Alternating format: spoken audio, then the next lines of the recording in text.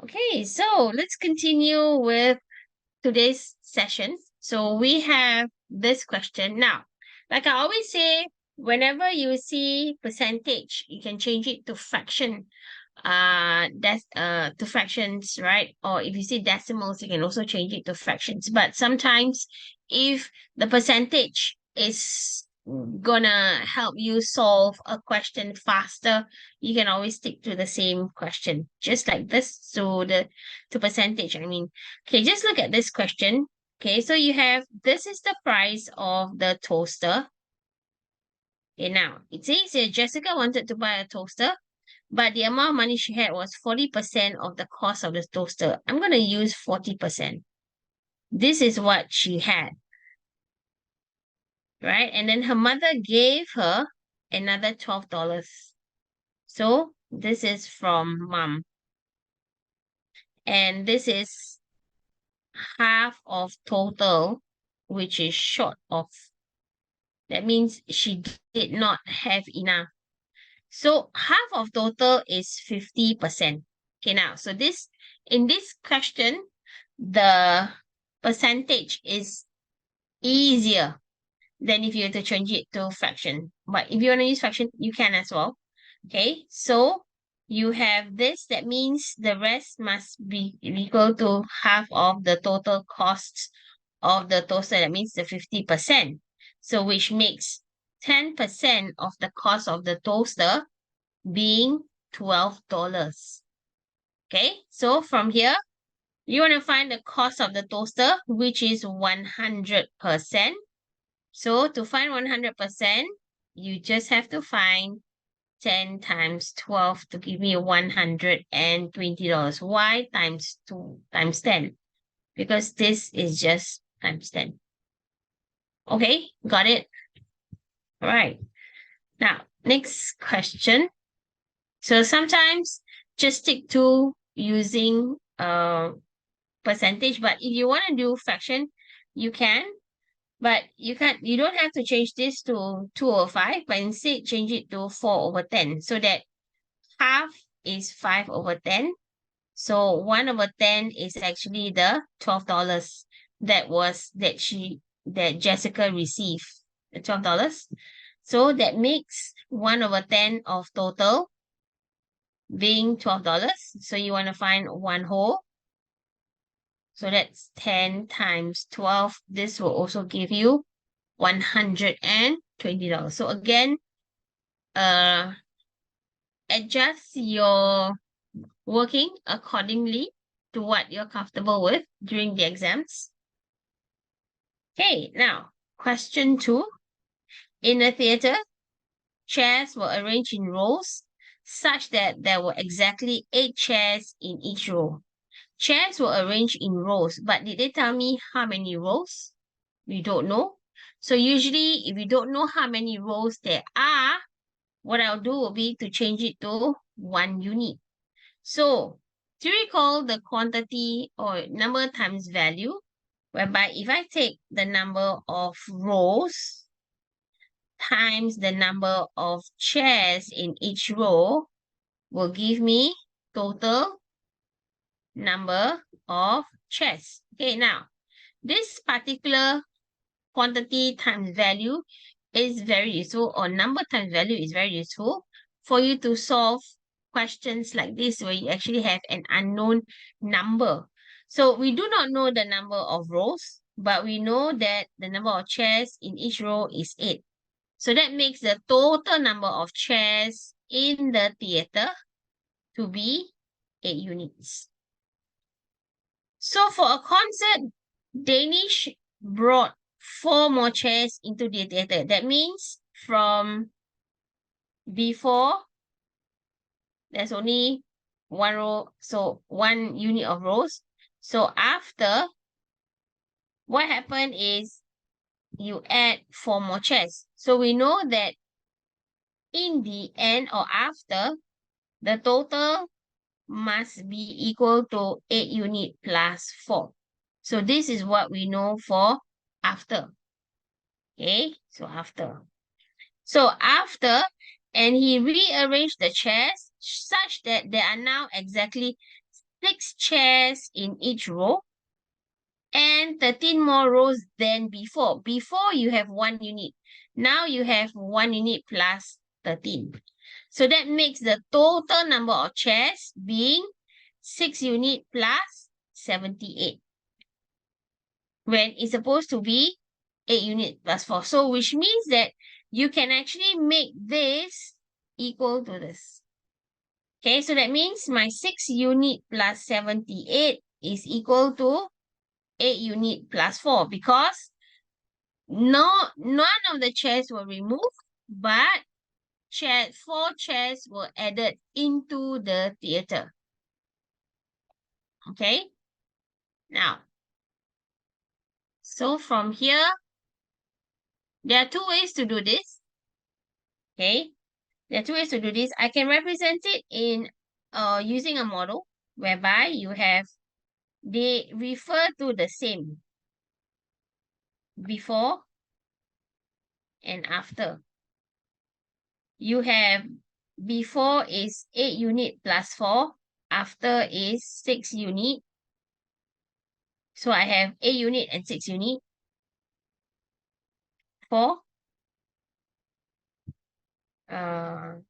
So before is 8 unit plus 4. And after is 6 unit plus 78. 4 and 74. This makes 78. Okay, so this is your 8 unit plus 4. So from here, can you see that 2 unit is equal to 74? So that makes 1 unit equals to 74 divided by 2 to give me 37. Okay, so 1 unit is 37. Question says, how many chairs are there in the theater in the end? So the number of chairs in the theater in the end, you can either take this or you take this. Either value will give you the same answer. Okay, so that means chairs in the end will be, if I take the after, which is 6 unit plus 78 to give me 300, or I can check using 8 unit plus 4. Both should give me 300. Okay, yes, you can take this down. Okay.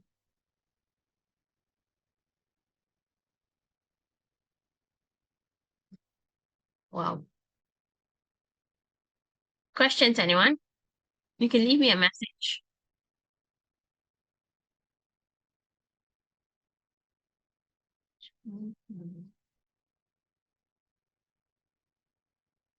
Okay, all right. So that's question number 2. We're going to go on to question number 3. Is there another method?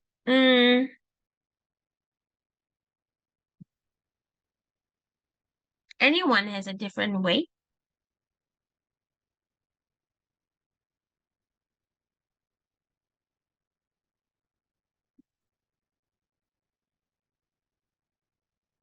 Anyone has a different way of solving this? Otherwise, I'm going to go on. Okay, all right. Okay, so next question is an average question. So long as you have number,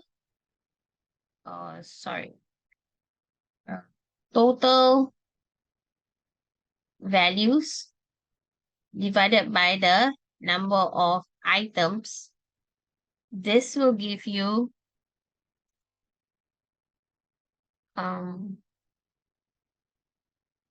oh, that's a really complicated solution. Okay, so total values divided by number of items will give you the average. So similarly, if I take number of items times average, I will get total values. Okay, now, okay, you can take this down. Basically, what I have done is to actually use the number times the number of rows and number of chairs to give me total number of chairs. Okay, just like it works the same way as an average question. Okay, so this is pretty much a non-routine question. All right.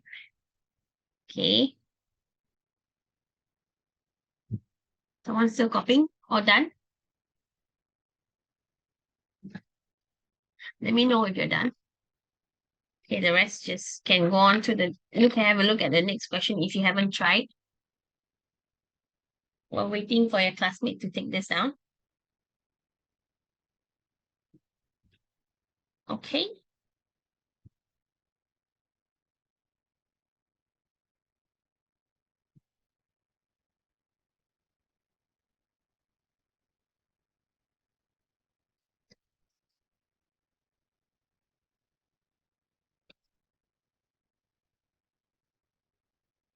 Got it?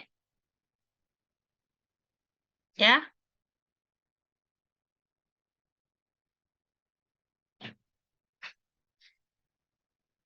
So the rest of you are at the next question.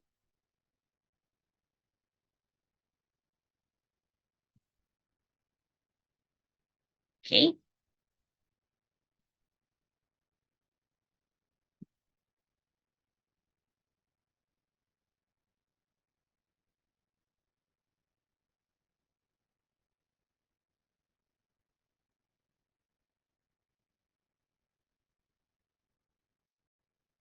All right, done.